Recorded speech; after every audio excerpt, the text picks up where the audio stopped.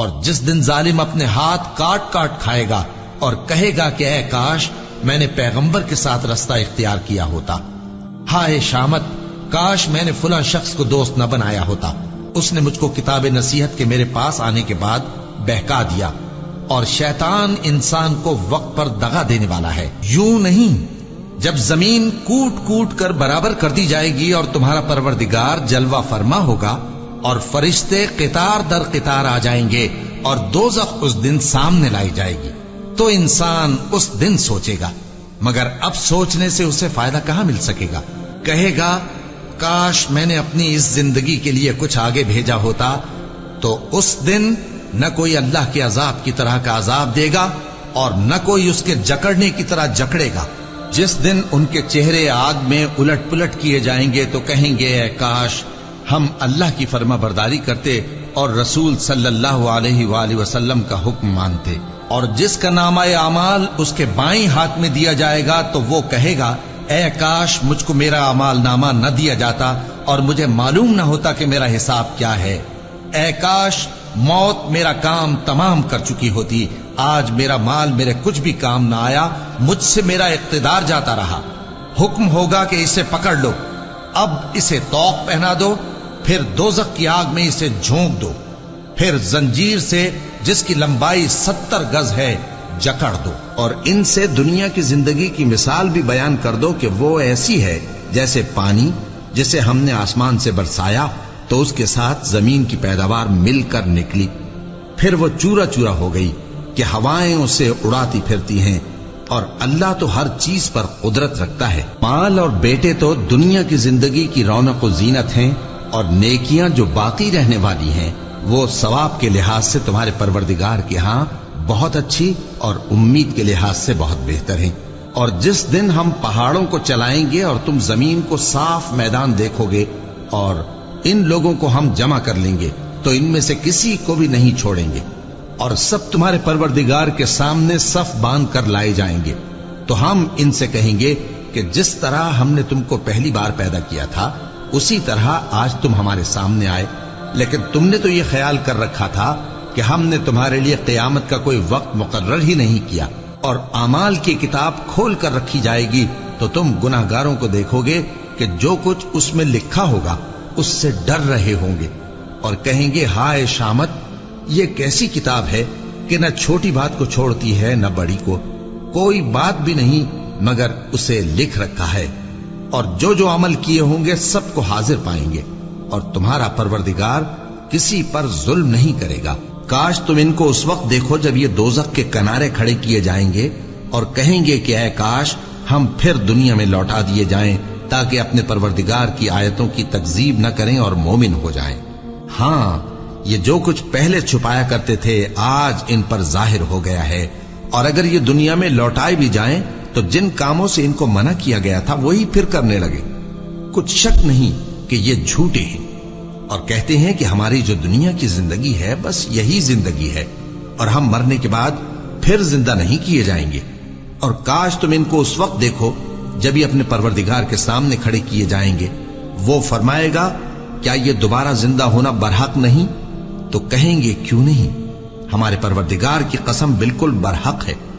اللہ فرمائے گا اب کفر کے بدلے جو دنیا میں کرتے تھے عذاب کے مزے چکھو۔ جن لوگوں نے اللہ کے روبرو حاضر ہونے کو جھوٹ سمجھا وہ گھاٹے میں آ گئے، یہاں تک کہ جب ان پر قیامت ناگہاں آ موجود ہوگی تو بول اٹھیں گے کہ ہائے اس کوتاہی پر افسوس ہے جو ہم نے قیامت کے بارے میں کی، اور وہ اپنے اعمال کے بوجھ اپنی پیٹھوں پر اٹھائے ہوئے ہوں گے۔ دیکھو جو بوجھ یہ اٹھا رہے ہیں بہت برا ہے، اور دنیا کی زندگی تو ایک کھیل اور مشغلہ ہے، اور بہت اچھا گھر تو آخرت کا گھر ہے، یعنی ان کے لیے جو اللہ سے ڈرتے ہیں۔ کیا تم سمجھتے نہیں؟ یہ لوگ اسی طرح غفلت میں رہیں گے یہاں تک کہ جب ان میں سے کسی کے پاس موت آ جائے گی تو کہے گا کہ اے پروردگار مجھے پھر دنیا میں واپس بھیج دے تاکہ میں اس میں جسے چھوڑ آیا ہوں نیک کام کیا کروں۔ ہرگز نہیں، یہ ایک ایسی بات ہے کہ وہ اسے زبان سے کہہ رہا ہوگا اور اس کے ساتھ عمل نہیں ہوگا، اور ان کے پیچھے برزخ ہے جہاں وہ اس دن تک کہ دوبارہ اٹھائے جائیں گے رہیں گے۔ پھر جب سور پھونکا جائے گا تو نہ تو ان میں قرابتیں رہیں گی اور نہ ایک دوسرے کو پوچھیں گے۔ تو جن کے اعمال کے بوجھ بھاری ہوں گے تو وہی کامیاب ہیں، اور جن کے بوجھ ہلکے ہوں گے وہ لوگ ہیں جنہوں نے اپنے آپ کو خسارے میں ڈالا، ہمیشہ دوزخ میں رہیں گے۔ آگ ان کے چہروں کو جھلس دے گی اور وہ اس میں بد شکل ہو رہے ہوں گے۔ کیا تم کو میری آیتیں پڑھ کر نہیں سنائی جاتی تھیں؟ پھر تم تو ان کو جھٹلائے ہی جاتے تھے۔ وہ کہیں گے اے ہمارے پروردگار، ہم پر ہماری کمبختی غالب آ گئی اور ہم رستے سے بھٹک گئے۔ اے پروردگار، ہم کو اس میں سے نکال دے، اگر ہم پھر ایسے کام کریں تو ظالم ہوں گے۔ فرمائے گا کہ اسی میں ذلت کے ساتھ پڑے رہو اور مجھ سے بات نہ کرو۔ میرے بندوں میں ایک گروہ تھا جو دعا کیا کرتا تھا کہ اے ہمارے پروردگار، ہم ایمان لائے تو تو ہم کو بخش دے اور ہم پر رحم فرما، اور تو سب سے بہتر رحم کرنے والا ہے۔ تو تم ان سے تمسخر کرتے رہے یہاں تک کہ ان کے پیچھے میری یاد بھی بھول گئے، اور تم ہمیشہ ان سے ہنسی کیا کرتے تھے۔ آج میں نے ان کو ان کے صبر کا بدلہ دیا کہ وہی کامیاب ہو گئے۔ اللہ پوچھے گا کہ تم زمین میں کتنے برس رہے؟ وہ کہیں گے کہ ہم 1 روز یا 1 روز سے بھی کم رہے تھے۔ شمار کرنے والوں سے پوچھ لیجئے۔ اللہ فرمائے گا کہ وہاں تم بہت ہی کم رہے، کاش تم جانتے ہوتے۔ کیا تم یہ خیال کرتے ہو کہ ہم نے تم کو بے مقصد پیدا کیا ہے، اور یہ کہ تم ہماری طرف لوٹ کر نہیں آؤ گے؟ تو اللہ جو سچا بادشاہ ہے، اس کی شان اس سے اونچی ہے، اس کے سوا کوئی معبود نہیں، وہی عرش کریم کا مالک ہے۔ اے پیغمبر، میری طرف سے لوگوں کو کہہ دو کہ اے میرے بندو، جنہوں نے اپنی جانوں پر زیادتی کی ہے، اللہ کی رحمت سے نا امید نہ ہونا۔ اللہ تو سب گناہوں کو بخش دیتا ہے، بے شک وہی تو ہے بڑا بخشنے والا، بڑا مہربان۔ اور اس سے پہلے کہ تم پر عذاب آ واقع ہو، اپنے پروردگار کی طرف رجوع کرو اور اس کے فرما بردار ہو جاؤ، ورنہ بعد میں تم کو مدد نہیں ملے گی۔ اور اس سے پہلے کہ تم پر ناگہاں عذاب آ جائے اور تم کو خبر بھی نہ ہو، اس نہایت اچھی کتاب کی جو تمہارے پروردگار کی طرف سے تمہاری جانب نازل ہوئی ہے پیروی کرو۔ ایسا نہ ہو کہ اس وقت کوئی شخص کہنے لگے کہ ہائے اس کوتاہی پر افسوس ہے جو میں نے اللہ کا حق ماننے میں کی، اور میں تو ہنسی ہی کرتا رہا۔ یا یہ کہنے لگے کہ اگر اللہ مجھ کو ہدایت دیتا تو میں بھی پرہیزگاروں میں ہوتا۔